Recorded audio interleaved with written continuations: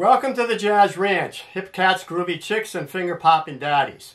I'm going to be showing you an exercise today for the left hand. It's sort of a drill, taking you through the cycle of fifths, minor seventh to dominant sevenths, and so on. And this is an exercise that comes from my book, Appendix. This is the appendix to my book called Methods and Songbook for Professional Playing. And this appendix has over 140 pages of exercises, and this is one of them that is in the book. So you might want to check it out. There'll be a link below, and there's also a video on this book that shows you everything that's inside it. It also has an index at the end of the book that takes you to any subject matter that you're interested in. So you want to check that out in the link below. So here we go to the Jazz Ranch studio, and I'm going to show you a left-hand exercise that's also very practical. Here we go. Welcome to the Jazz Ranch studio. I'm going to show you a left-hand exercise that's fun to do, it's challenging,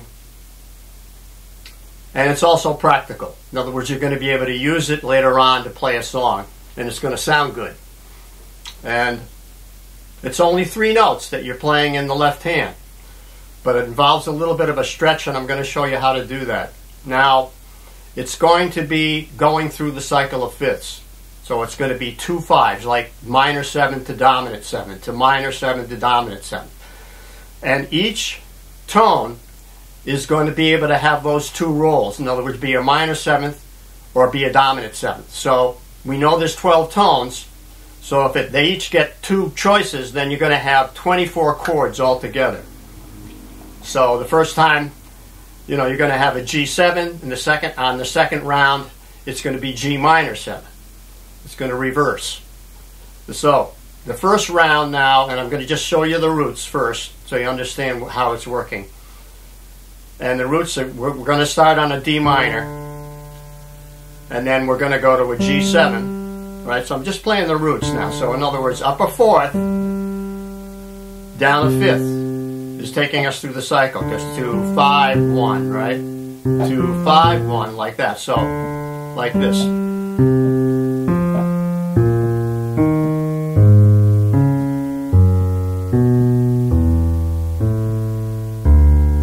Now notice there's 12 there, right? You got to count the 12. So it's 1 2 3 4 5 6 7 8 9 10 11 12, and then we're back to 1. See, so all 12 tones had an opportunity there. And they were either a minor 7th or a dominant 7th. And alternating, actually. Minor 7, dominant 7th, minor 7, dominant 7th, minor 7, dominant 7th, and so on. Alternating. So, the way we're going to play the chord now is like this. And the first one is going to be a stretch, but you don't need to be able to play that all together. In other words, you're going to roll it, or you can play the notes separately. It doesn't matter. You can jump up, but you're going to hold that bass note down with the sustain pedal. So the sustain pedal is holding the D down while I go up there to the 7th and the 3rd. Now that's a minor 7th or a dominant 7th, or what you call a flatted 7th. And this is a minor 3rd here. So it makes a D minor 7th. Notice there's no 5th. We don't need the 5th because it's so close to the root in the overtone series that it's just a filler, and we don't need it. But we need the root, we need the 7th, and then we need the 3rd. So we're starting out with the minor 7th. Now, the next move is to bring that up a 4th, like I showed you this pattern, right? So you're going to bring the pinky up a 4th to the G, keep the 7th on top there, and move that middle note down a half step. See, now it's telling you it's a G7. So if you kept the middle note the same, you'd have a sus chord. You don't want that. We want a dominant 7th. You see, so that's the move. And that's all it is. You're keeping the top note, you're moving the bottom note up a 4th, and you're moving that middle note down a half step. And that's the formula for each of the 2 5s. That. You see, it makes sense because watch. See, it works with the melody. Okay, so now we're going 2 5s, minor 7ths to dominant 7ths. So the next one's going to be Where does G7 want to go? It wants to go to C. So it's going to be the minor 7. See, so we got to go up to the 7th and get the 3rd in there, the minor 3rd. Then bring that note up, the 4th, move the middle note down. There's your F7. You can separate the bass from the other two notes. That's probably what most people will want to do. If you have a big stretch, you won't have to separate it. You can just go like that. Okay, so where does F7 want to go? B flat. So let's go B flat minor. Remember, we're starting with minor 7ths, alternating with dominant 7ths. Up a 4th, move that middle note down. See, it's working perfectly if you just use the logic of it.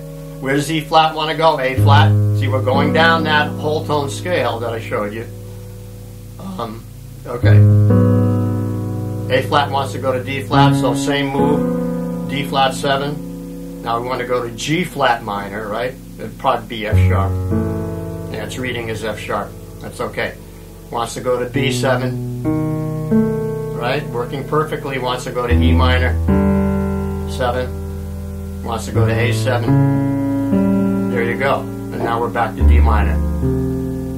Okay, so that was it. Now, if you play the whole set to a beat or in time, so to speak, it'll sound like this.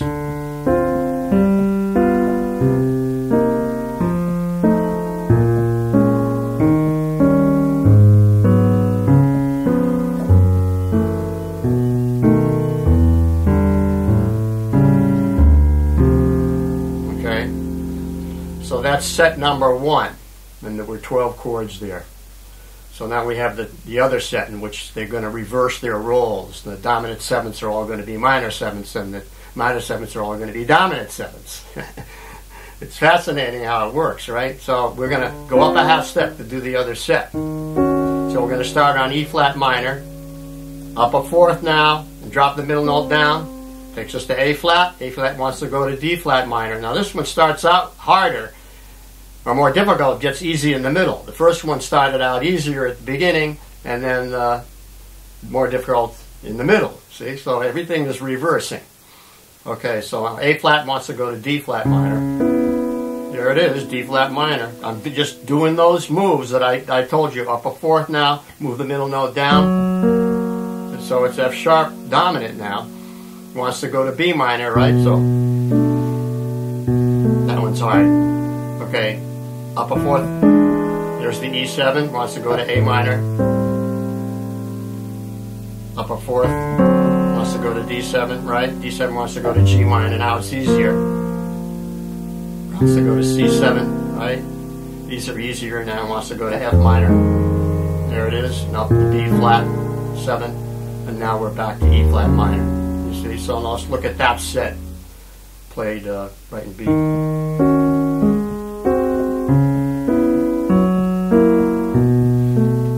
Sorry, that one hard. That's harder.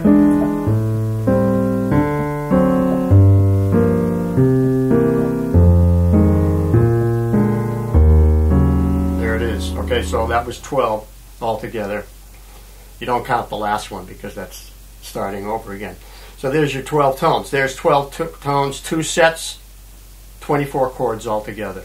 So each note, well, each note, whether it be D or whatever, has an opportunity to be a minor 7th in the first set, and in the second set it becomes a dominant set with the A minor, and so D minor now becomes a D7. You see how that's working? So there you have the 2 sets, and you want to practice those slowly at first and in time later on. And you can add a note in the right hand if you like. You know, you could add the 5th and just keep the 5th retained. In other words, if I put the 5th in there in the right hand of the D minor and go up to the G7, it becomes a 9th. That 5th becomes a 9th. So you could go. See how that's making it a 9th each time?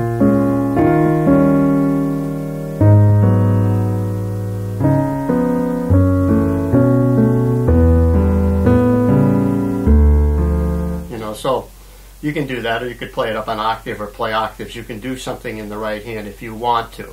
But the important thing is to get used to playing this left hand configuration, because I'm going to show you how to use it rhythmically and how to use it in playing a song. And it's a really good technique to learn.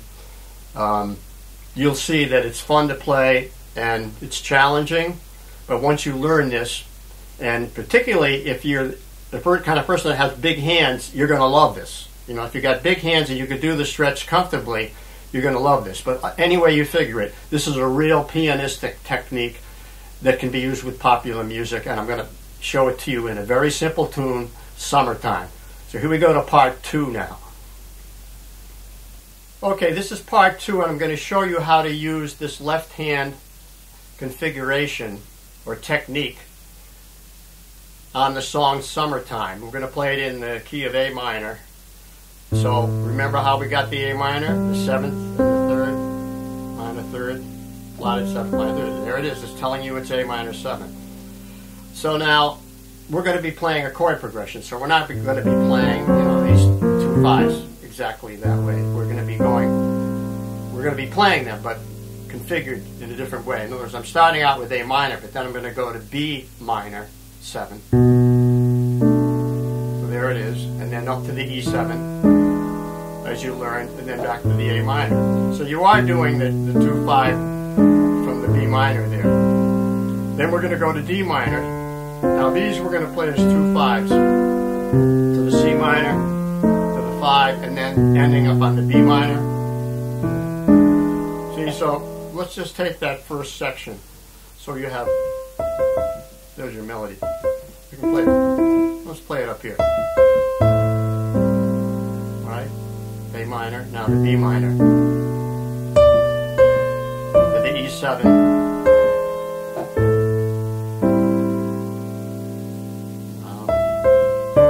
G minor. To the G7.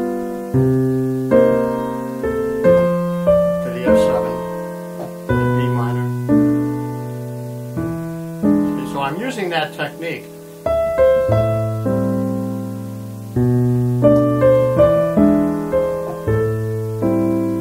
Now here I'm going to do the D7. Now here C7, the F7.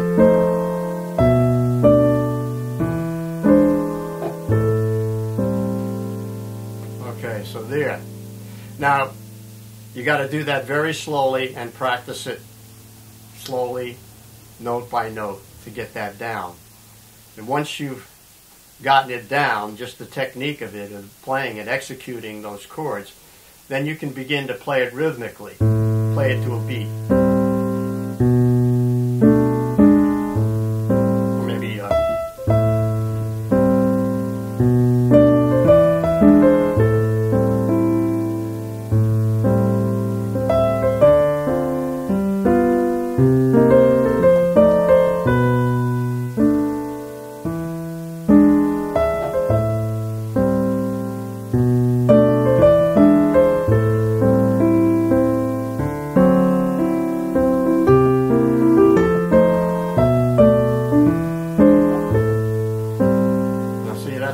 Now, there's some things you can do. If you're more advanced, there's some things you can do with that to add to it.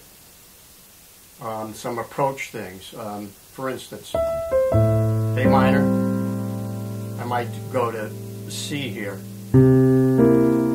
before I go to the B minor. 1, 2, 3, 4, 1, 2, 3.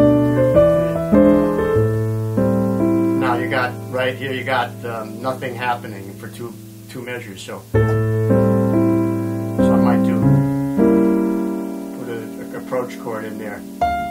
Well, okay.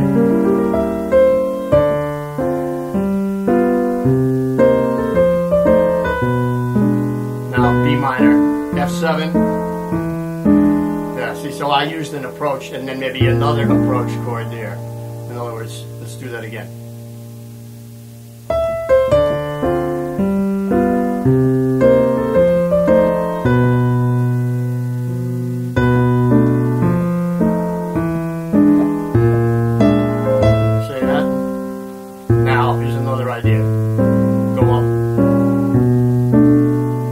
Half steps instead of going into C. approach the B from a half step below.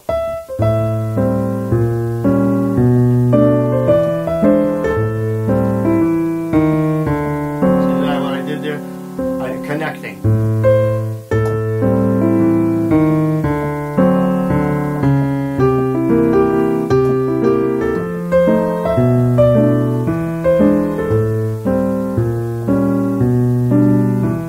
So this is pretty cool, right? This is a cool thing. You can use this on any tune. You can use this technique. Like, let's try Autumn Leaves.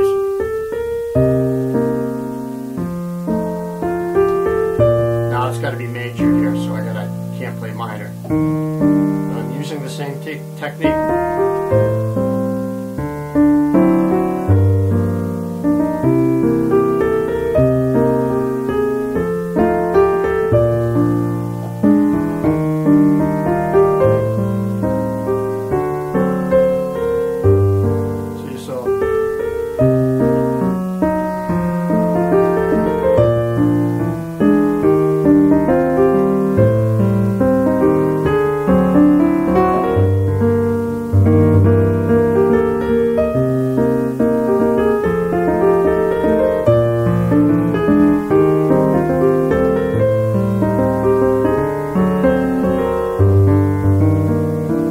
So this is really a piano player's technique. I am showing you a great secret to playing piano in your left hand. This is like one of the really good techniques to learn. And you can get into stride with it and everything. You know, I mean, watch my video on stride piano. I show this technique on a drill like this. In other words, these tenths are so cool, and I know they're difficult to play, but you're going to use the pedal and jump to the other notes, jump up to the other notes, holding the bass note with the pedal. Learn that really slowly. Try playing Summertime. I'll write it out for you. You can download it. If you want to, reading the music will be helpful, write to me. I'll do that. So that's it. I'm going to wrap up, and I hope this has been useful to you. I hope you've learned a new technique that you will enjoy. So we'll have a sign-off. Signing off from the Jazz Ranch. Thanks so much for joining me today. I hope you enjoyed this left-hand exercise. I hope it's something you'll learn and it will improve your playing and abilities accompanying a melody in your left hand in rhythm. And you can use it to learn and play songs that you enjoy.